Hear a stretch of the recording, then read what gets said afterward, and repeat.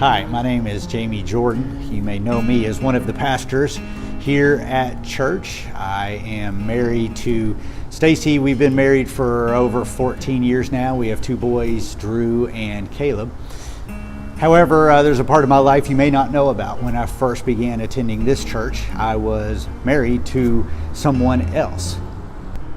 In my teenage years, I began to drift away from God. I never really got involved in the youth ministry, never really got involved in church at all. And so I did what anyone else in that kind of lifestyle would do and just kind of relied on myself. And I started making decisions on my own, which is really dangerous in that time period. But we're making big decisions in those times, like what we're going to do with our life, who we're going to date, how we're going to date, who we're going to marry.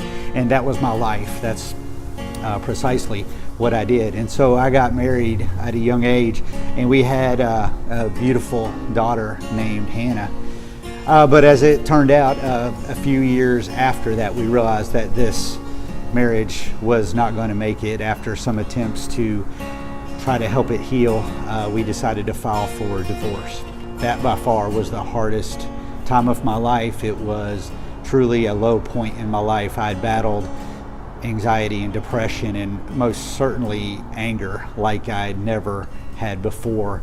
And the reason is the most important things to me, the things I had based my life on, were being ripped out from me as these relationships were being torn apart like they should never be. And I recall moments in this valley of my life when my daughter, when she would be over at my house, when I had her as per the custody arrangement, and she would be asleep in her bed. I remember just going in her room and lying down on the floor and crying and praying and crying some more and praying some more. The biggest heartbreak of this all was that my daughter was in the middle of this, and I didn't know what to do about that. And so I've learned a few things in that time. First off, I did learn how to pray. Even though I felt like I didn't deserve it, I felt like a total failure. I was carrying this label of divorced on me now. But I learned how to pray, and I came back to this church on my own, and for some reason decided to volunteer, to actually get involved in church. And I found that God was there for me. But that God had to change something before He changed anything else, and that was me, and that was my heart.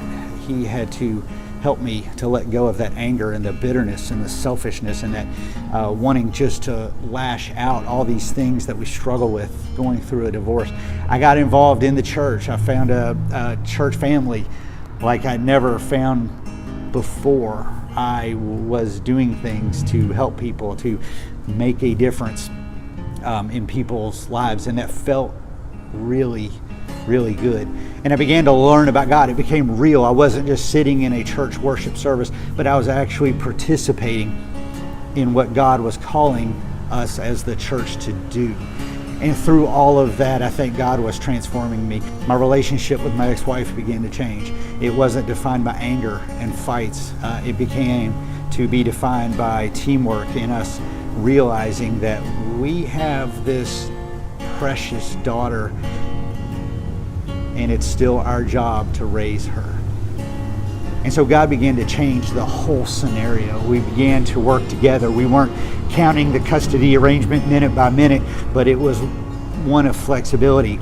And as the years went on, we kept working things out together. We would meet for coffee. We would help each other out. When I got married to Stacy, even Stacy and Tammy became friends, and we could all sort of talk and help each other out as we still were raising my precious Hannah. And so I realized that God was still there in the picture, because I found that God was still loving me, met me in that wilderness of decisions that I would come to regret later, and He just met me there. And so ultimately through this all, the thing that I've learned, not just learned but experienced, is that our God is indeed faithful, even